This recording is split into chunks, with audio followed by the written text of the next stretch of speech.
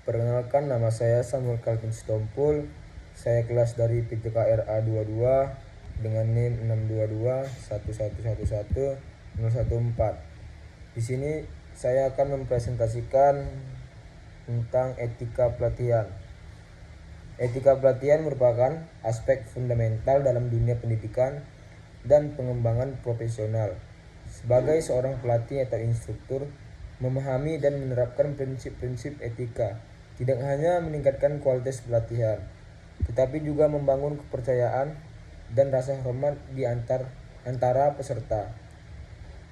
Panduan komprehensif ini akan mengeksplorasi berbagai aspek etika pelatihan, memberikan wawasan praktis, dan menyajikan strategi efektif untuk menciptakan lingkungan belajar yang positif dan produktif. Etika pelatihan adalah fondasi moral yang membimbing seorang pelatih dalam menjalankan tugasnya sebagai pengarah dan pembina. Pelatih tidak hanya bertanggung jawab untuk meningkatkan keterampilan teknis para atlet, tetapi juga membangun karakter dan menjaga kesehatan mereka. Etika ini mengharuskan pelatih untuk bertindak secara profesional, adil, dan penuh integritas dalam setiap aspek pekerjaannya. Seorang pelatih harus memastikan bahwa setiap atlet diperlakukan secara setara, tanpa diskriminasi atau perlakuan istimewa. Ini mencakup memberikan kesempatan yang sama untuk berkembang dan bersaing, tanpa memandang latar belakang atau kemampuan individu. Tanggung jawab lain yang tidak kalah penting adalah memastikan keselamatan fisik dan mental para atlet. Seorang pelatih yang etis selalu memperhatikan kesejahteraan atletnya, baik dalam latihan maupun dalam kompetisi, dengan tidak memaksakan mereka melampaui batas kemampuan fisiknya. Lalu yang kedua, integritas profesional dalam pelatihan. Kejujuran menyampaikan informasi dengan akurat dan tidak menyesatkan peserta pelatih. 2. Transparansi terbuka tentang metode, sumber, dan batasan pengetahuan dalam materi yang disampaikan. 3. Konsistensi menunjukkan perilaku yang konsisten dengan nilai-nilai yang diajarkan selama pelatihan. Akuntabilitas bertanggung jawab atas kualitas pelatihan dan dampaknya terhadap peserta. Integritas profesional merupakan pondasi utama dalam etika pelatihan. Seorang pelatih yang berintegritas tidak hanya menyampaikan materi dengan akurat, tetapi juga menunjukkan konsistensi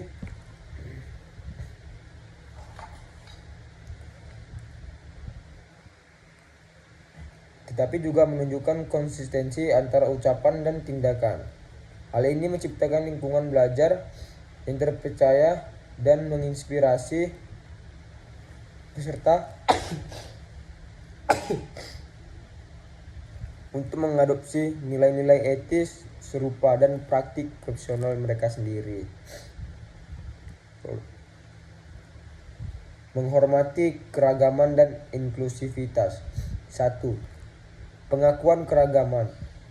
Mengakui dan menghargai keragaman latar belakang, pengalaman, dan perspektif peserta pelatih. 2. Adaptasi materi. Menyesuaikan materi dan metode pelatihan untuk mengakomodasi berbagai gaya belajar dan kebutuhan peserta. 3. Lingkungan inklusif. Menciptakan atmosfer yang aman dan nyaman bagi semua peserta untuk berpartisipasi dan mengekspresikan diri. 4. Penanganan bias.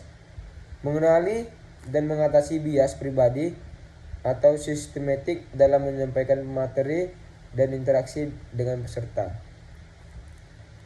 Menghormati keragaman dan mempromosikan inklusivitas adalah aspek kritis dalam etika pelatihan modern.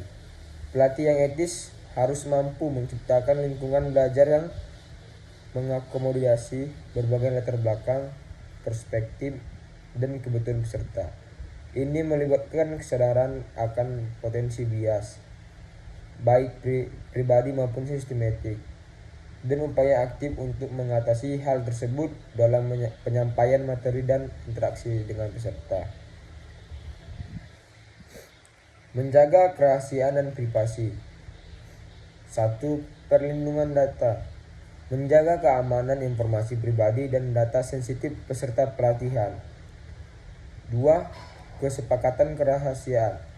Membuat dan mematuhi perjanjian kerahasiaan dengan peserta dan klien. 3. Batasan informasi. Memahami dan menghormati batasan dalam berbagai informasi peserta. 4. Akses terbatas. Membatasi akses ke informasi sensitif hanya kepada pihak yang berwenang. Menjaga kerahasiaan dan privasi peserta adalah tanggung jawab etis yang krusial bagi seorang pelatih. Ini mencakup perlindungan data pribadi, penanganan informasi sensitif dengan hati-hati, dan menghormati batas-batas kerahasiaan yang telah disepakati. Pelatih harus memiliki protokol yang jelas untuk mengelola dan menyimpan informasi peserta, serta memastikan bahwa semua pihak yang terlibat dalam pelatihan memahami dan mematuhi standar kerahasiaan yang tinggi. Profesionalisme dalam komunikasi. 1. Komunikasi verbal. Menggunakan bahasa yang jelas, sopan, dan mudah dipahami. Menghindari jargon yang tidak perlu atau bahasa yang merendahkan. 2. Komunikasi non-verbal. Memperhatikan bahasa tubuh, ekspresi wajah, dan nada suara untuk memastikan konsistensi dengan pesan verbal. 3. Umpan balik. Memberikan umpan balik yang konstruktif dan spesifik, fokus pada perilaku dan kinerja, bukan personalitas. Profesionalisme adalah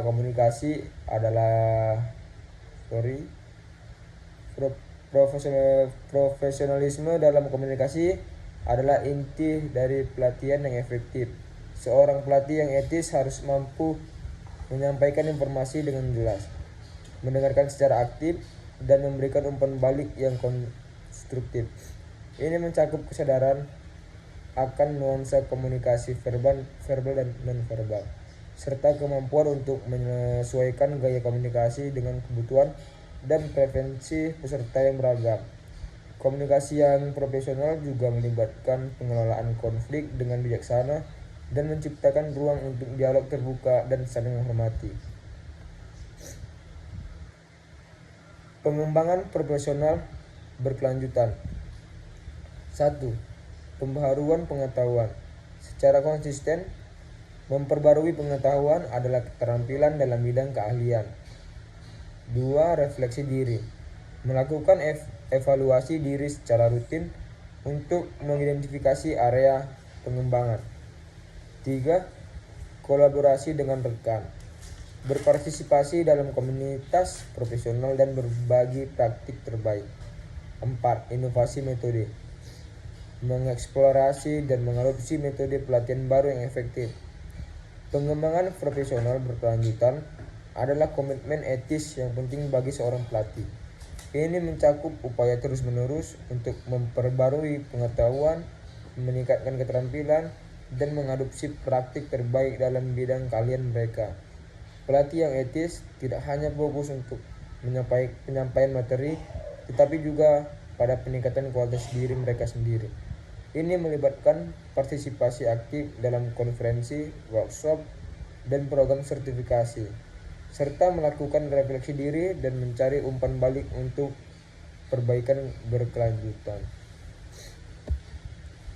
Mengelola konflik kepentingan. 1.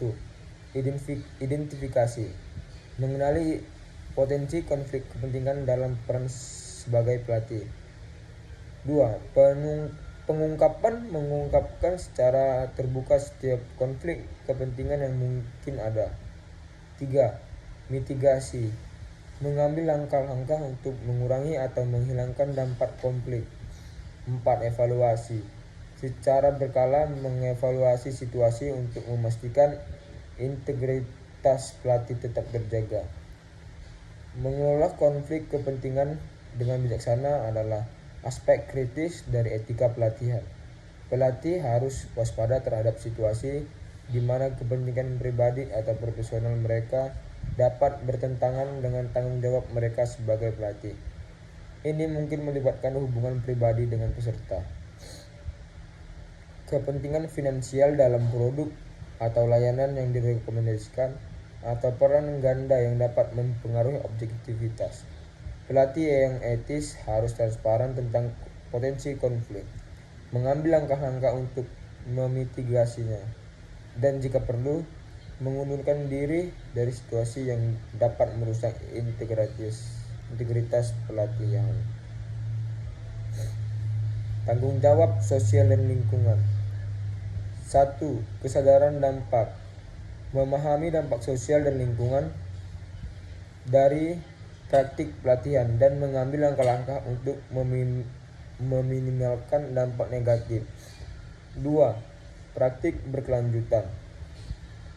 Mengadopsi dan mempromosikan praktik pelatihan yang ramah lingkungan dan berkelanjutan. 3. Kontribusi positif. Menggunakan keahlian dan pengaruh sebagai pelatih untuk mengkontribusi positif pada masyarakat dan lingkungan. 4. Edukasi etis. Memasukkan aspek tanggung jawab sosial dan lingkungan dalam materi pelatihan untuk menginspirasi peserta. Tanggung jawab sosial dan lingkungan semakin menjadi aspek penting dalam etika pelatih modern. Pelatih yang etis harus mempertimbangkan dampak praktik mereka terhadap masyarakat dan lingkungan. Ini dapat mencakup penggunaan sumber daya yang bertanggung jawab, meminimalkan limbah, dan mempromosikan praktik berkelanjutan dalam pelatihan. Lebih jauh lagi, pelatih dapat mengintegrasikan konsep tanggung jawab sosial dan lingkungan ke dalam materi pelatih mereka, mendorong peserta untuk mempertimbangkan dampak etis dari keputusan dan tindakan mereka dalam konteks profesional yang lebih luas. Kesimpulan, membangun etika dalam pelatihan. Prinsip etika, integritas, keragaman, profesionalisme, penguatan diri, implementasi praktis, konsistensi dalam ucapan dan tindakan, adaptasi materi untuk berbagai peserta, komunikasi yang jelas dan konstruktif, pembelajaran dan evaluasi berkelanjutan, manfaat jangka panjang, kepercayaan dan kredibilitas, lingkungan belajar yang inklusif, efektivitas pelatihan yang meningkat, peningkatan kualitas pelatihan.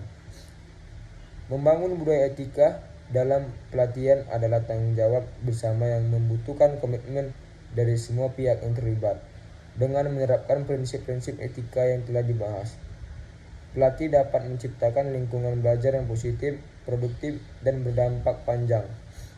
Integritas, rasa hormat terhadap keragaman, profesionalisme, dan komitmen terhadap pengembangan berkelanjutan menjadi fondasi untuk pelatihan yang etis dan efektif. Pada akhirnya, etika pelatihan bukan hanya tentang mematuhi aturan, tetapi tentang menciptakan nilai yang berarti bagi peserta, organisasi, dan masyarakat secara keseluruhan. Terima kasih. Berikut tugas saya.